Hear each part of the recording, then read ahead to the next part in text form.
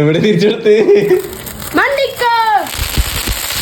വിഷുവിന്റെ തലനാളെ അട ഉണ്ടാക്കുന്നത് തൊട്ട് വിഷുവിന്റെ അന്ന് വിഷുക്കഞ്ഞി ഉണ്ടാക്കി കുടിക്കണ വരെയാണ് ഇമ്മളുടെ ഒരു വിഷു ആഘോഷം. പടക്കം പൂത്തി ഇത്ര ഐറ്റംസ് എനിക്ക് പേടിയാണ്, എന്നാലും കുട്ടികളെ പൂതിക്ക് മേടിക്കണതാണ്. പക്ഷെ അധികവും ഏട്ടൻ തന്നെയാണ് നിന്ന് പൊട്ടിക്കുകയൊക്കെ ചെയ്യാട്ടോ. വിഷുക്കണിയൊക്കെ ഞാൻ ഇന്നലെ തന്നെ തയ്യാറാക്കിയായിരുന്നു. പക്ഷെ കുളിയൊക്കെ കഴിഞ്ഞ് വിളക്ക് കൊളുത്തണല്ലോ, അപ്പൊ വിളക്കെല്ലാം കൊളുത്തി ഞാൻ പ്രാർത്ഥിച്ചു. പിന്നെ ഉണ്ണിയോളെ ഏട്ടനൊക്കെ കണ്ണിമ്പിക്കൊണ്ടെന്ന് കണി കാണിച്ചു കൊടുത്തേ. വിഷുവിന്റെ അന്ന് അമ്മയുടെ പണിയൊക്കെ ഒരുങ്ങി, ഇനി അച്ഛന്റെ പണിയാണ് കേട്ടോ. ഇതാണ് മെയിൻ ആയിട്ട് വിഷുവിന് നമ്മളൊക്കെ ആഗ്രഹിക്കുന്ന ഒരു കാര്യമല്ലേ. അപ്പൊ ഏട്ടൻ എനിക്ക് ആദ്യം 500 രൂപ കൈനീട്ടം തന്നായിരുന്നേ. അപ്പൊ ഞാൻ പറഞ്ഞ അത് വീഡിയോയിൽ പെട്ടിട്ടില്ല, അതുകൊണ്ട് നിങ്ങൾ ഒരു വട്ടം കൂടി എനിക്ക് കൈനീട്ടം എന്താ തന്ന പൈസ തിരിച്ചു തരാം, ഉണ്ണിത്ത വാക്ക് പറഞ്ഞ വാക്ക എന്നൊക്കെ പറഞ്ഞാണ്. ഏട്ടനടുത്ത് തരാൻ ഒരു മടി, പ്രത്യേകിച്ച് വേറെ ഒന്നും ഉണ്ടായിട്ടല്ല. കൈ കിട്ടിയ തിരിച്ചു കൊടുക്കാൻ എനിക്ക് അതിനേക്കാളും മടിയാണ്. അപ്പൊ എന്നെ കൊടുത്തില്ല.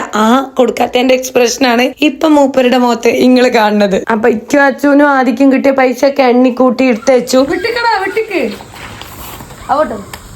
സെറ്റ് സാരിയൊക്കെ ചുറ്റിയിട്ട് പോണെന്ന് ഓർത്തിയാ, പക്ഷെ നേരം കിട്ടിയില്ല. അതുകൊണ്ട് ഞാൻ ഇട്ട ഡ്രസ്സിൽ തന്നെയാണ് കേട്ടോ അമ്പലത്തിലേക്ക് പോയത്. അമ്പലത്തിലുണ്ടല്ലോ ഇന്ന് നമുക്ക് കൈനീട്ടം തരും, അതുപോലെ ചക്കപ്പുഴുക്കും അച്ചാറും നല്ല കഞ്ഞി ഉണ്ടായിരുന്നു, അതെല്ലാം കുടിച്ചു. പിന്നെ വീട്ടിലേക്ക് വേഗം വന്നിട്ട് നമ്മുടെ വിഷു സ്പെഷ്യൽ ആയിട്ട് ഉണ്ടാക്കുകയാണ്. വെള്ളപ്പയറും തേങ്ങയും ചിരകിട്ട കഞ്ഞി, ചക്കയും വെള്ളപ്പയറും ഇട്ടിട്ടുണ്ടാക്കിയ പുഴുക്കും, അതെല്ലാം കൂട്ടി ഞങ്ങൾ കഞ്ഞിയൊക്കെ കുടിച്ചു. അപ്പൊ എന്റെയും കുടുംബത്തിന്റെ വക എല്ലാവർക്കും നല്ലൊരു വിഷു ആശംസകൾ അറിയിക്കുകയാണ്.